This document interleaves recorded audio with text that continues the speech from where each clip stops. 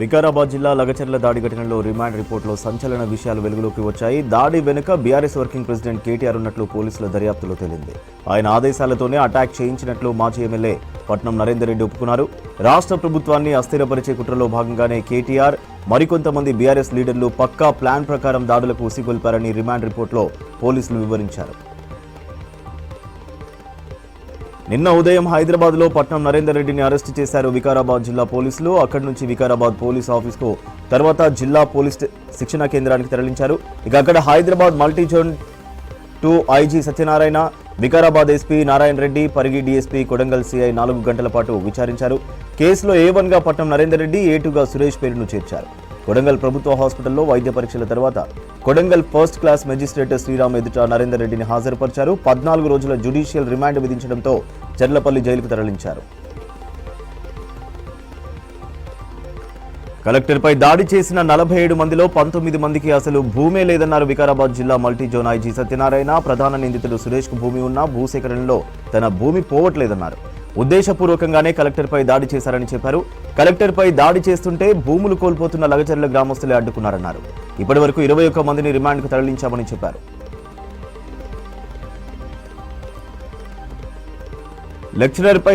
కలెక్టర్పై దాడి చేయడం బాధాకరమన్నారు. ఉద్యోగ సంఘాల నేతలు బండరాళ్లు కర్రలతో దాడి చేయించారని మండిపడ్డారు. దాడి చేసిన వారిపై పీడీ యాక్ట్ కేసు పెట్టాలని డిమాండ్ చేశారు. ఉద్యోగులపై దాడి చేస్తే ఊరుకునేది లేదన్నారు. కలెక్టర్పై దాడికి నిరసనగా ఇవాళ లంచ్ అవర్లో నిరసన తెలుపుతామని ప్రకటించారు. బీఆర్ఎస్ కుట్రలో భాగంగానే లగచర్లలో కలెక్టర్పై దాడి జరిగిందన్నారు డిప్యూటీ సీఎం బట్టి విక్రమార్క. అధికారులపై దాడి చేస్తుంటే ప్రభుత్వం చూస్తూ కూర్చోదన్నారు. ఈ ఘటనలో ఎంతటి పెద్దవారున్నా వదిలే ప్రసక్తే లేదన్నారు బట్టి.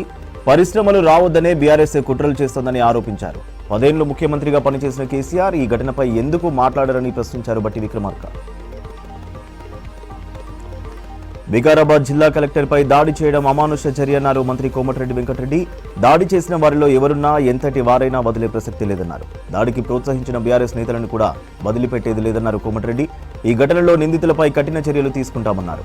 అధికారం కోల్పోవడంతోనే బీఆర్ఎస్ నేతలు ఇలాంటి దాడులను ప్రోత్సహిస్తున్నారన్నారు. కలెక్టర్పై దాడి ఘటనను బీఆర్ఎస్ ఎందుకు ఖండించలేదన్నారు మంత్రి పొన్నం ప్రభాకర్. దాడి చేసిన వ్యక్తిని పరామర్శించి కేటీఆర్ ఏం సందేశం ఇవ్వాలనుకున్నారని ప్రశ్నించారు.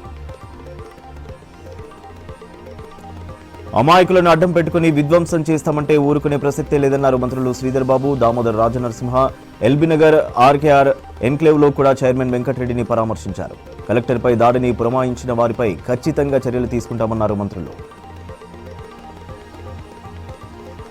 దేశానికి రోల్ మోడల్గా ఉండేలా కొత్త భూ చట్టాన్ని తీసుకొస్తామన్నారు మంత్రి పొంగులేటి శ్రీనివాసరెడ్డి. గత ప్రభుత్వం ధరణిని విదేశీ కంపెనీలకు తాకట్టు పెట్టిందని ఆరోపించారు. 2 లక్షల రుణమాఫీ ఇంకా చేయాల్సిందని, మిగిలిన రైతులకు త్వరలో చేస్తామన్నారు. లగచర్ల ఘటనలో కొంత ఓపిక పడితే ఒక్కొక్కటి బయటకొస్తాయన్నారు పొంగులేటి. గాంధీభవన్లో ముఖాముఖి నిర్వహించిన మంత్రి ప్రజల నుంచి అర్జీలు స్వీకరించారు. 100% సబ్సిడీ కింద చేపపిల్లల పంపిణీ కార్యక్రమంలో అధికారులు, కాంట్రాక్టర్లపై ఆగ్రహం వ్యక్తం చేశారు మంత్రి జూపల్లి కృష్ణారావు. చెరువులో వదిలే చేపపిల్లల సైజు సరిగ్గా లేకపోవడంతో మత్స్యశాఖ ఏడీ రజనిపై మంత్రి జూపల్లి ఆగ్రహం వ్యక్తం చేశారు. చేపపిల్లల సైజు మరీ చిన్నగా ఉండడంతో కార్యక్రమాన్ని రద్దు చేసుకుని పంపిణీ కోసం తెచ్చిన 5 లక్షల చేపపిల్లలను వెనక్కి పంపించారు. నాగర్ కర్నూలు జిల్లా కొల్లాపూర్ మండలం సోమశిలలో కృష్ణానది, శ్రీశైలం తిరుగు జిల్లాలో చేపపిల్లల విడుదల కార్యక్రమంలో పాల్గొన్నారు. మహారాష్ట్ర ఎన్నికల్లో కూటమి అభ్యర్థి మాజీ మంత్రి ఆదిత్య ఠాక్రే తరపున ప్రచారం చేశారు సీఎం రేవంత్ రెడ్డి. ముంబైలోని వర్లీ నియోజకవర్గంలో రోడ్ షోలో నిర్వహించారు. కార్యక్రమంలో శివసేన యూబీటీ అభ్యర్థి ఆదిత్య ఠాక్రే, ముంబై నగర కాంగ్రెస్ అధ్యక్షురాలు వర్షా గైక్వాడ్ పాల్గొన్నారు. అంతకుముందు వర్లీలోని బాలాజీ ఆలయంలో పూజలు చేశారు రేవంత్ రెడ్డి. కోట్లలో అడ్వర్టైజ్మెంట్లు ఇచ్చి మహారాష్ట్ర ప్రజలను కాంగ్రెస్ నేతలు మోసం చేయాలనుకుంటున్నారని అన్నారు కేంద్ర మంత్రి బండి సంజయ్. మహారాష్ట్ర నాగ్పూర్లో ఎన్నికల ప్రచారం చేశారు సంజయ్. తెలంగాణ పైసలన్నీ మహారాష్ట్రలో ఖర్చు పెడుతున్నారని విమర్శించారు. 6 గ్యారంటీల్లో ఒక్కటి కూడా అమలు చేయలేదన్నారు. కులగణన పేరుతో ప్రజల ఆస్తిపాస్తులపై కన్నేశారన్న సంజయ్ కాంగ్రెస్ కుట్రలను తిప్పికొట్టాలని మహారాష్ట్ర ప్రజలకు పిలుపునిచ్చారు.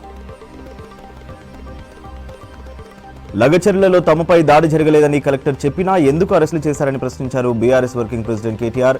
పట్నం నరేందర్ రెడ్డికి పార్టీ తరఫున అండగా ఉంటామన్నారు. మాజీ ఎమ్మెల్యే పట్నం నరేందర్ రెడ్డి ఇంటికి వెళ్లి వారి కుటుంబ సభ్యులను పరామర్శించారు కేటీఆర్. మాజీ మంత్రులు జూబ్లీహిల్స్ నివాసంలో నరేందర్ రెడ్డి తల్లి, సతీమణులను పరామర్శించి ధైర్యం చెప్పారు. అంతకుముందు పట్నం నరేందర్ రెడ్డి అరెస్ట్ రేవంత్ రెడ్డి చేతగాని పాలనకు నిదర్శనమని ట్వీట్ చేశారు కేటీఆర్. తన సొంత నియోజకవర్గంలో ప్రజలు చేసిన తిరుగుబాటును బీఆర్ఎస్ పై నెట్టే కుట్ర చేస్తున్నారంటూ ఎక్స్లో పోస్టు చేశారు. కాళేశ్వరం జ్యుడిషియల్ కమిషన్ గడువును మరో 2 నెలలు పొడిగించింది ప్రభుత్వం. ఇందుకు సంబంధించిన ఉత్తర్వులు జారీ చేశారు నీటిపారుదల శాఖ కార్యదర్శి రాహుల్ బోజా. ఈ నెల 12 నుంచి కమిషన్ 3వ విడత క్రాస్ ఎగ్జామినేషన్ ప్రారంభం కావాల్సి ఉంది. గడువు పొడిగింపు జీవో ఆలస్యంతో క్రాస్ ఎగ్జామినేషన్ షెడ్యూల్ రిలీజ్ చేయలేదు కమిషన్. ఇప్పటికే నీటిపారుదల శాఖ ఈఎన్సీలు, మాజీ ఈఎన్సీలతో పాటు చీఫ్ ఇంజనీర్లు, ఎస్సీలను క్రాస్ ఎగ్జామినేషన్ చేశారు commission chairman justice PC Ghosh. Irrigation department కార్యదర్శులుగా ఇతర హోదాల్లో పనిచేసిన ప్రస్తుత, మాజీ ఐఏఎస్లను విచారణకు సిద్ధమయ్యారు.